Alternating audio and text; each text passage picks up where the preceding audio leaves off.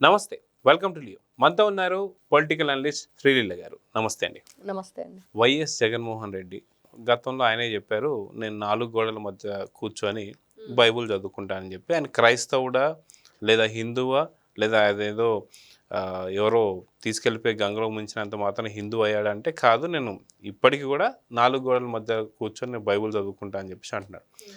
So ఒక్కసారి ముఖ్యమంత్రి చేశాడు, ఇప్పుడు వచ్చి ప్రతిపక్ష హోదా కూడా లేదు. సో అయినా సరే వైఎస్ జగన్మోహన్ రెడ్డి గారికి సంబంధించి వాళ్ళ తల్లి చెల్లి అందరూ వదిలిపెట్టి వెళ్ళిపోయిన తర్వాత కూడా క్రిస్మస్కి సంబంధించి శుభాకాంక్షలు చెప్పే వాళ్ళ సంఖ్య ఎక్కువైపోయింది, ఒక వెల్లు ఎక్కువైపోయింది అని చెప్పి అంటున్నారు. నిజం ఎవరెవరు చెప్తున్నారు ఏంటి? ఎందుకంటే ఆయనకి ఇప్పుడు పులివెందుల్లో ఉండి జ్వరం వచ్చి పడుకున్నాడు, బయటికి కూడా రావట్లేదు అని చెప్పి కొన్ని వార్తలు అయితే వస్తున్నాయి. ఏంటి ఎవరు చెప్తున్నారంటే ఏం చెప్తున్నారు? నిన్న జ్వరం వచ్చిన కారణం వేరే అండి.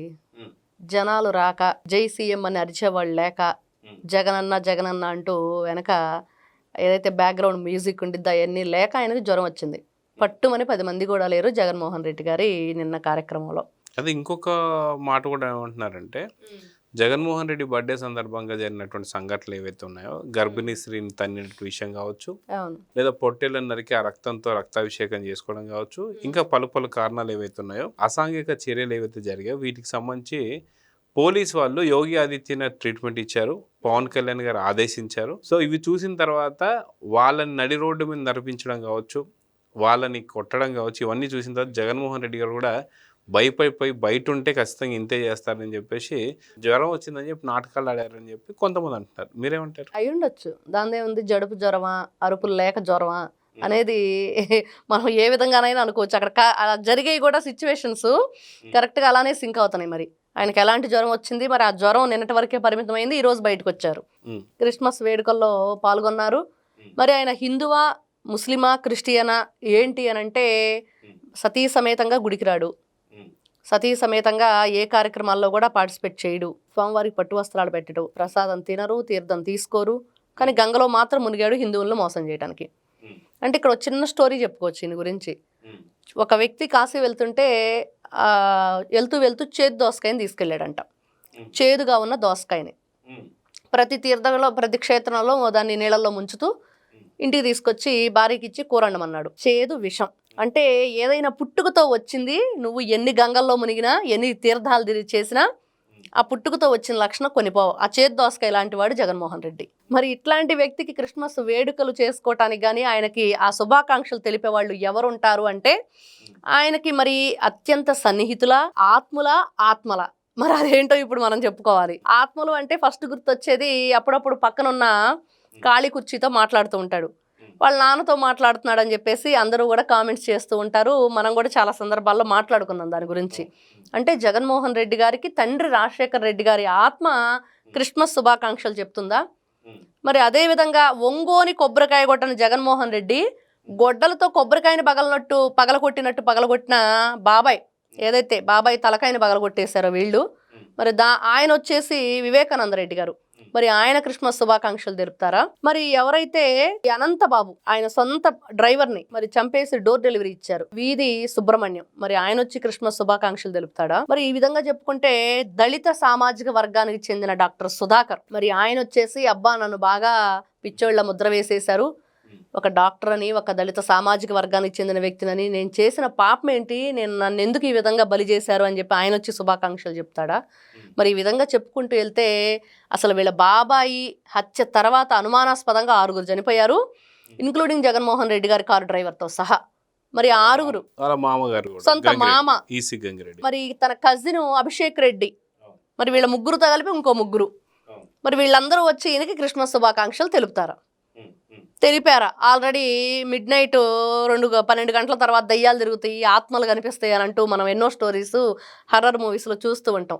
ఆ విధంగా జగన్మోహన్ రెడ్డి గారు మరి వీళ్ళందరూ కూడా క్రిస్మస్ శుభాకాంక్షలు తెలియజేశారు. మరి ఏ విధంగా చెప్పుకోవాలి? మరి ఇట్లాంటి వ్యక్తి, ఈయన ఆలోచన విధానం, ఈయన మాట్లాడే తీరు, మరి ఈ రోజున యువతని ప్రోత్సహించటం, గంజాయికి వాళ్ళని అలవాటు చేయటం, ఇలాంటివన్నీ కూడా ఒక నాయకుడు అంటే ఏ విధంగా ఉండాలి, మరి ఆ నాయకుడి లక్షణాలేంటి, రాజకీయంగా ఒక రాజసంగా ఉండే ఇది ఆయన దగ్గర లేదు. మరి ఇలాంటి వ్యక్తి ఈ రోజున పులివెందుల ఎమ్మెల్యేగా మాజీ సీఎం వైఎస్ జగన్మోహన్ రెడ్డి గారు నిన్న వాళ్ళ ఊర్లో చేసిన కార్యక్రమం, ఆ నియోజకవర్గంలో మరి అసెంబ్లీకి వెళ్ళి మాట్లాడరు. ఏ రోజు మీరు అధికారంలో ఉన్న 5 సంవత్సరాలు మీ నియోజకవర్గానికి ఏం చేశారో మరి ఆ ప్రజలే మొన్న డిపాజిట్లు లేకుండా చేశారు. మరి ఇన్ని రకాలుగా ఉండి ఈ రోజున మీరేదో కార్యక్రమాలు పెట్టుకోవటం, క్రిస్మస్ వేడుకలు చేస్తున్నామని చెప్పటం, తల్లిని చెల్లిని మాత్రం బయటికి గెంటేశాడు. వాళ్ళకి మాత్రం పుట్టినరోజు శుభాకాంక్షలు చెప్పడు, క్రిస్మస్ శుభాకాంక్షలు చెప్పడు, మరి వాళ్ళకి ఇవ్వాల్సిన ఆస్తి కూడా ఈయనివ్వడు. అయితే వాస్తవానికి చెప్పుకుంటే క్రైస్తవ సోదరులు చాలామంది నాకు కూడా మిత్రులుగా ఉన్నారు. సో చాలామంది కూడా తెలిసిన వాళ్ళు ఉన్నారు. వాళ్ళెవరు కూడా ఇలాంటి వ్యక్తిత్వం కానీ ఇలాంటి మనస్తత్వం కానీ ఉన్న వాళ్ళు ఎవరు కూడా నేను చూడలే. అవును. సో క్రైస్తవులు కూడా వాస్తవానికి జీసస్ ఏం చెప్పాడంటే నిజంగా అందరితో ప్రేమతో మెలిగి ఉండాలి, ఒకవేళ ఏదైనా ఇబ్బంది ఉన్నా సరే సదురుకుపోవాలి, ఇవే చెప్పాడు తప్ప ఎక్కడ కూడా తల్లిపైన కేసు పెట్టమని చెప్పి కానీ చెల్లిని ఇంట్లోంచి బయటికి గెంటమని చెప్పి కానీ చెల్లి కట్టుకున్న చీరకు సంబంధించి హేళన చేయమని చెప్పి కానీ చెప్పలేదు అక్కడ. సో నిజంగా ఏం చెప్పుంటారు? నిజంగా బైబుల్లో ఏముంది? ఆయన 4 గోడల మధ్యన కూర్చొని బైబుల్ చదువుతా అంటున్నాడు. బైబుల్లో నిజంగా ఆయన చేసేదే చేయమని చెప్పి ఉందా, లేకపోతే ఏముందంటే ఏం చెప్తారు? ఇక్కడ నిజంగా బైబుల్ చదివే వ్యక్తి, ఆ కొత్త నిబంధన అనే ఆ గ్రంథం, అసలు యేసుక్రీస్తు ఏం చెప్పారు, మరి ఆ నడకలోనే నిజంగా ఆయన ఏదైతే బాట చూపించారో ఆ బాటలో వీళ్ళు నడుస్తున్నారంటే ఎవ్వరూ కూడా మరి దానికి విరుద్ధంగానే ఉన్నారు తప్పించి ఆయన అనుసరించి మేము నడుస్తున్నాం అనేది లేదు. మరి ఆయన శాంతిని బోధించాడు, ప్రేమమూర్తిగా జీసస్ అంటే కరుణామయుడు అని. మరి ఆ కరుణ, ప్రేమ, దయ ఏది జగన్మోహన్ రెడ్డి దగ్గర లేదు. మచ్చుగా మనం ఏ విషయంలో కూడా ఇంతవరకు చూడలేదు. మరి అలాంటి వ్యక్తి మరి ఈ రోజున నేను బైబుల్ చదువుతాను, బైబుల్లో ఉన్నాయి అనుసరిస్తున్నాను, ఆచరిస్తున్నానంటే ఎవరైనా నమ్మే పరిస్థితేనా? ఎవరైనా నమ్ముతారా? అసలు యేసుక్రీస్తు ఏం ప్రబోధాలు చేశాడు, ఆయన బోధనలేంటి? ఆయన కత్తి దూసే వ్యక్తిని మత్తయి సువార్త, మరి జగన్మోహన్ రెడ్డి గారు నిజంగా బైబుల్ చదివే అలవాటు ఉంటే ఆయన చూసుకోవచ్చు.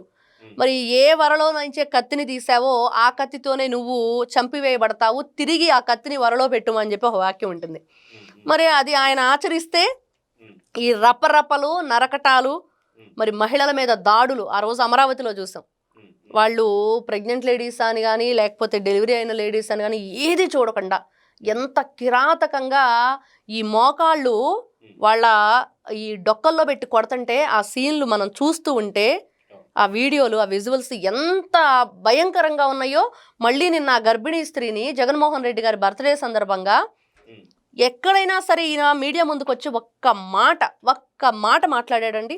ఇది చేయటం తప్పు అని ఇంకా ఈయన సాక్షి పేపర్లో, ఈయన ఛానల్లో పెద్ద పెద్ద అక్షరాలతోటి అన్యాయంగా, అక్రమంగా జగన్మోహన్ రెడ్డి గారి బర్త్డే వేడుకలు చేసినందుకు కూటమి ప్రభుత్వం అరెస్ట్ చేసి ఇదిగో ఈ విధంగా అరికాలు కోటింగ్ ఇచ్చారనో ఇంకోటని చెప్పి నీచంగా రాతలు.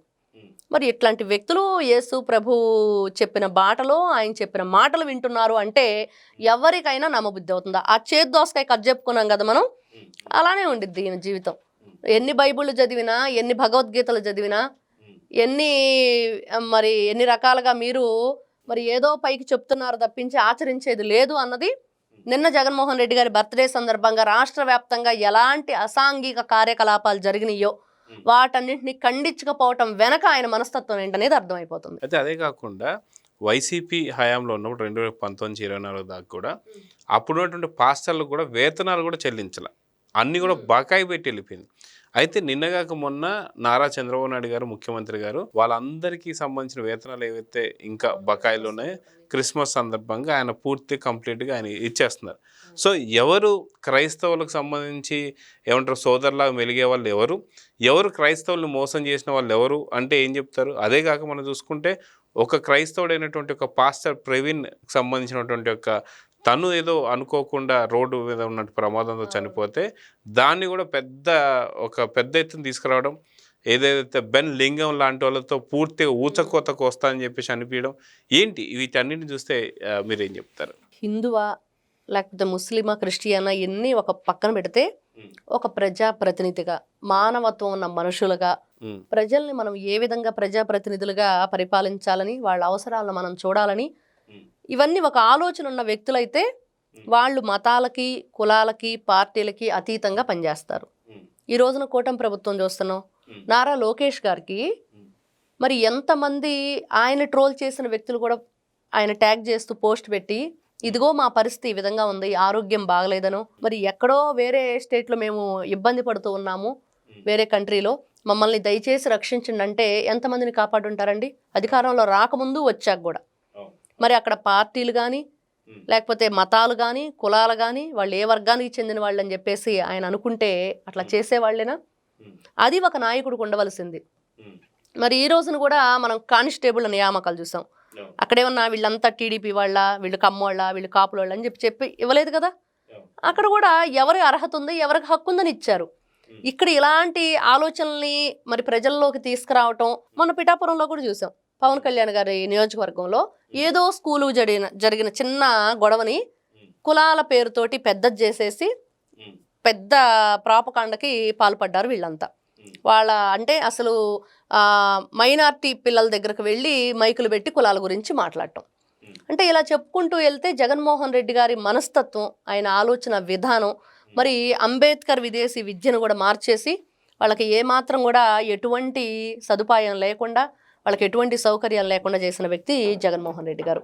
మరి నా ఎస్సీలు, నా ఎస్టీలు అని చెప్పుకొని నా మైనార్టీలని పదే పదే మరి సింగయ్యని కారు కింద తొక్కిచ్చేసావు కదా. వాళ్ళ కుటుంబానికి ఏం న్యాయం చేసావు?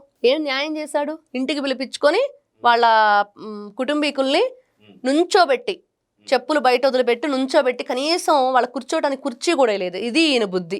మరి తాడేపల్లి ప్యాలెస్లో ఈయన ఎదురుగా ఉన్న 100 గుడిసెల్ని 24 గంటల్లో తీయించేసిన మనిషి, మరి ఈ వ్యక్తి నేను బైబిల్ చదువుతాను, మరి ప్రార్థన చేస్తాను, యేసుక్రీస్తు మార్గంలో నడుస్తాను అంటే ఎవరైనా నమ్ముతారా?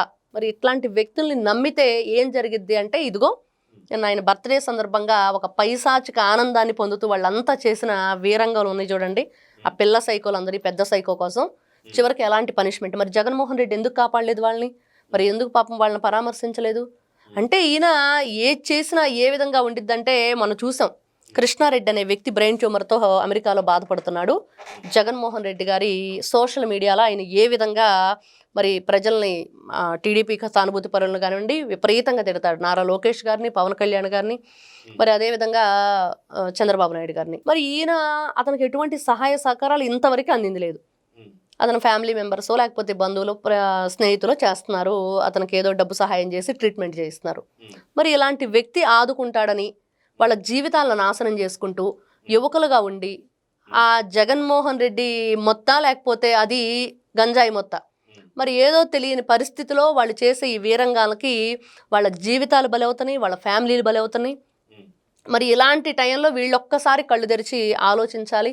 మరి జగన్మోహన్ రెడ్డి గారి మాటలకో లేకపోతే వాళ్ళు ఇచ్చే డబ్బులకు ప్రలోభాలకి లోనయ్యి మన జీవితాలను సర్వనాశనం చేసుకుంటే ఏమైద్ది అంటే బోరగడ్డ అనిల్ నిలువెత్తు సాక్ష్యం. సో చూద్దామండి, ఖచ్చితంగా తన సామాజిక వర్గమే కాకుండా తను నమ్ముకున్నటువంటి మతం ఏదైతే ఉందో వాళ్ళను కూడా చేసినటువంటి ఒక అక్రమాలకి, అవినీతులకి వాళ్ళు కూడా అర్థమైపోయింది.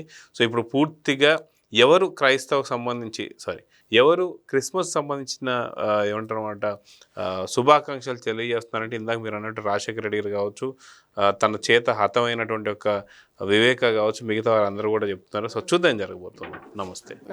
Please subscribe to Leo News for more videos.